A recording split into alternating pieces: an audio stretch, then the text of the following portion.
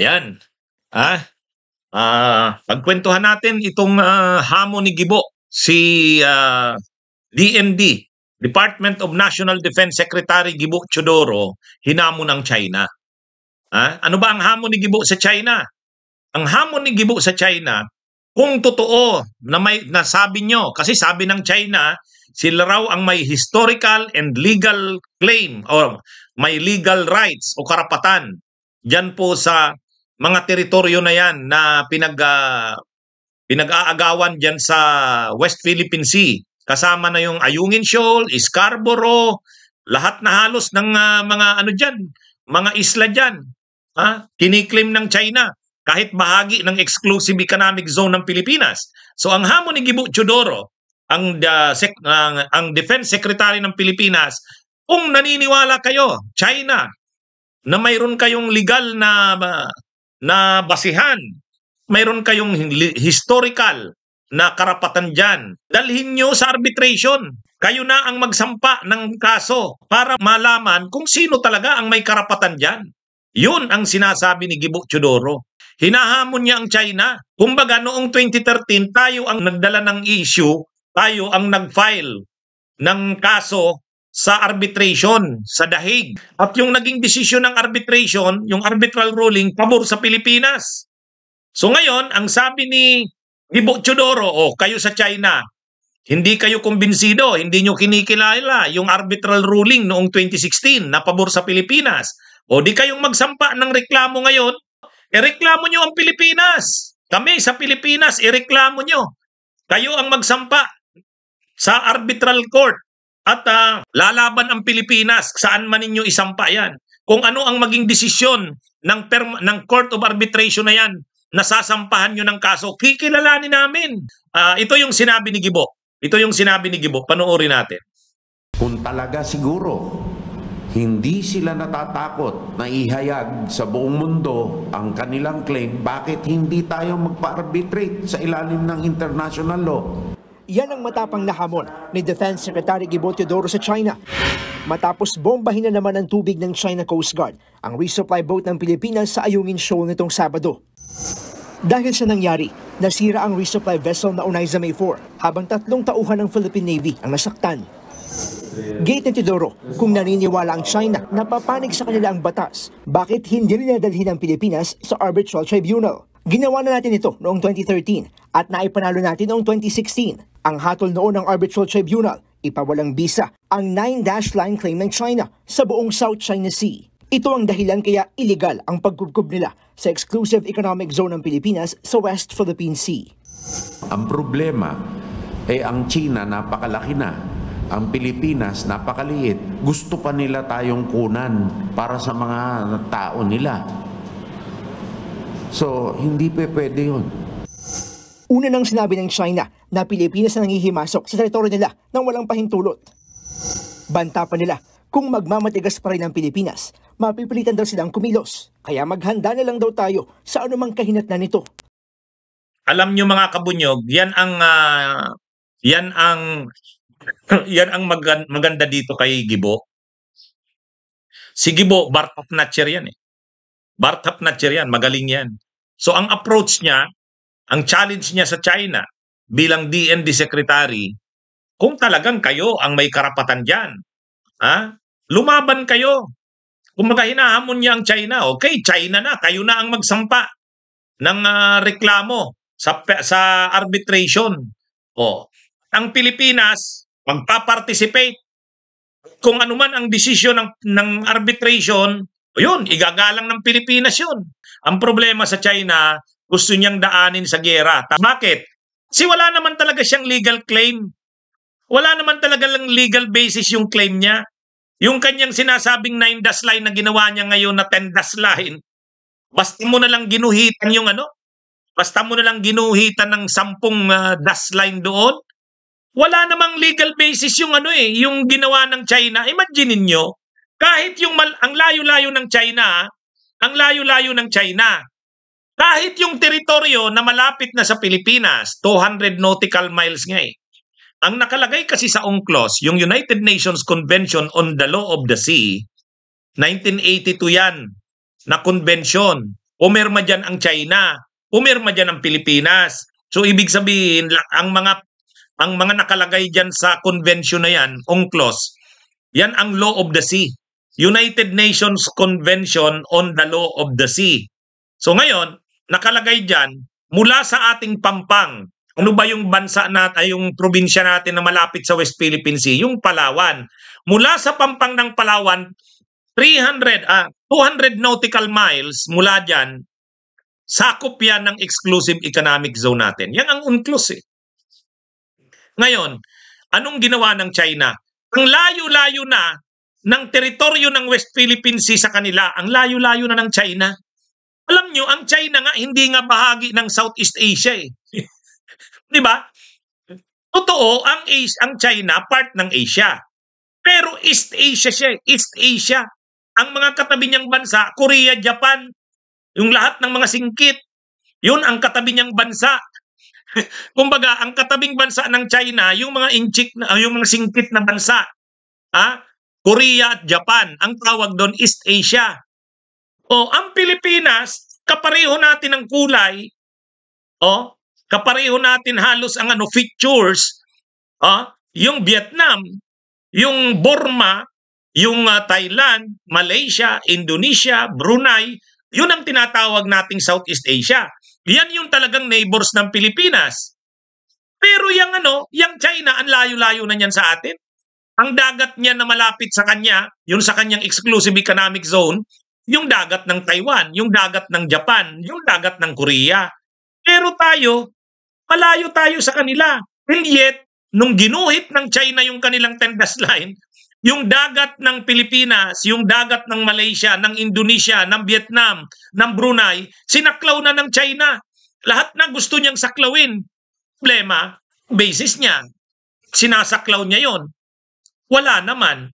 Kaya alam niya naman na pag lumaban sa arbitration, kapag international law ang in-apply, wala siyang kalaban-laban.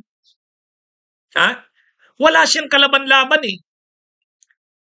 Kapag lumaban ang China sa arbitration, ina-apply ang international law, talo siya. Wala siyang panalo dyan. Kaya lang, mayroon bang visa para sa China? Yung desisyon ng 2016 arbitration, yung sinampa ng Pilipinas.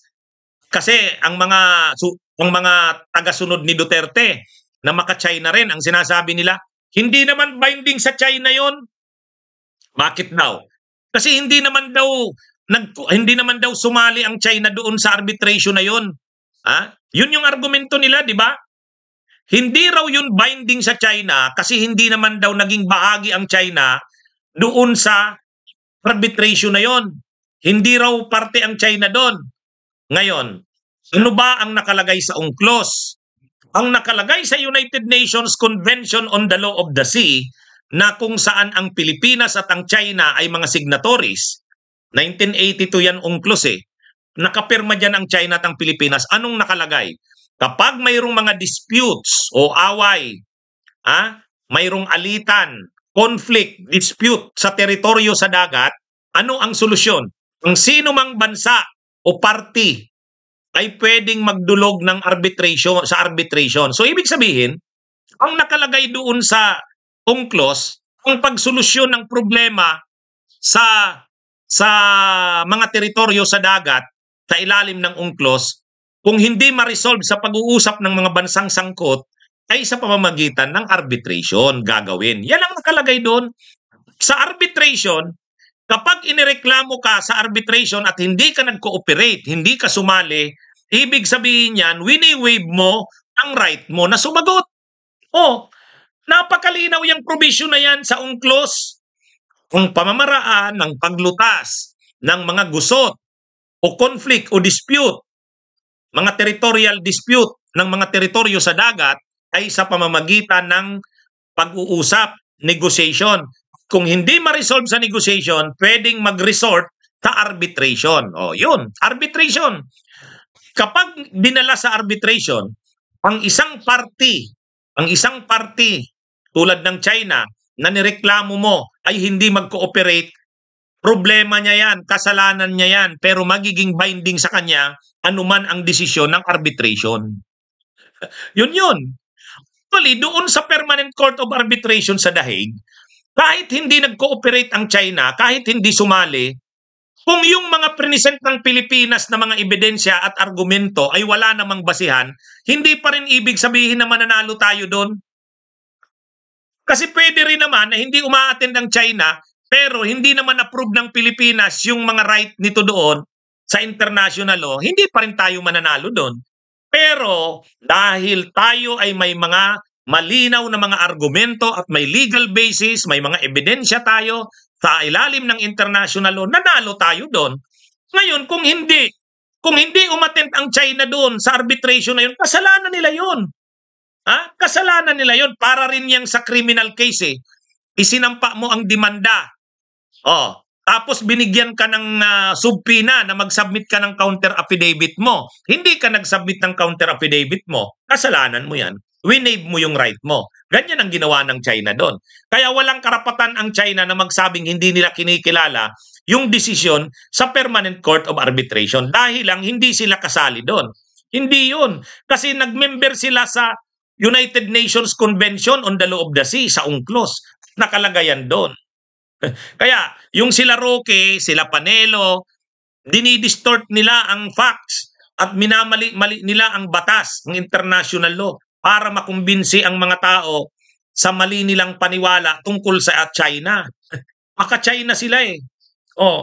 So ngayon, ang China, okay, hindi nila kinikilala yung Permanent Court of Arbitration ruling, arbitral ruling noong 2016. Ang hamon na nga ni Gibo, sige, kung hindi kayo kumbinsido, di kayo ang magsampa ng arbitration. Kayo na ang magsampa ng sarili nyong arbitration. Magko-cooperate ang Pilipinas. Pero bakit hindi ginagawa ng China? Kasi nga alam nila, wala naman talagang legal basis ang claim nila ng 10-dash line na yan. Alam nila yan. Alam ng China yan. Yan yung wala. Yung sinasabi nilang historical na yan nilang claim, wala namang basis yung historical claim nila na yan. Imaginein mo, drawingan mo ng 10 dash line mula sa pagkalayo-layong teritoryo ng China hanggang Pilipinas, guguhitan mo, nasakop mo yung teritoryo. Doon pa lang, buwang na ang China eh. Tama yung sinabi ni Gibo, ang laki-laki na nilang bansa. Gusto pa nilang mangamkap ng teritoryo ng iba. Bakit sa pangyayaring ito, dapat maano dito ang China? Kasi member siya ng United Nations Security Council. At pag member ka ng UN Security Council, isa ka sa mga pinakamakapangyarihang bansa sa mundo, katulad ng US, ng France, ng Germany. Kapag member ka ng UN Security Council, permanent member ka, dapat ikaw yung example ng pagsunod sa international law. Hindi ka pwedeng ikaw yung hindi kumikilala sa international law kasi ikaw yung member ng permanent member ka ng UN Security Council. You should act responsibly. Ay ngayon ang China, nag-aakto siya na permanent member ng UN Security Council. Siyempre, kumbaga ang laki ng responsibilidad sa kanya kasi leader siya ng mundo eh. Papareho siya ng US. Kumbaga, kinikilala siyang leader ng mundo. Paano ka kikilalaning leader ng mundo? Hindi ka marunong sumunod sa pag-uusap ng mga bansa sa mundo. Kaya, suportahan po natin itong sinabi ni Gibo Teodoro. Tama po yun. Hinahamon niyo ang China. Kung sa tingin niyo may karapatan kayo, o didalhin niyo, kayo ang mag-file ng sa arbitration, sasali ang Pilipinas. Di ba? Ang tagal na natin itong pinag-uusapan. Gawin na natin yung mga legal na paraan. Una, ibaba na natin ang level ng relation natin sa China. Huwag ng ambassador level. Yung ambassador ng China dito, paalisin na yan. Ideklara ng persona non grata. Ibaba na ang level ng relasyon natin sa China. Hindi na ambassador. Pangalawa, dalhin na natin to sa United Nations. Dalhin na natin to mga kabunyog sa United Nations. Kasi ang totoo, grabe na ang ginagawa ng China. Kaya lang, ang problema rin kasi sa Pilipinas, kay Marcos, hindi masyadong consistent ang mga stand eh.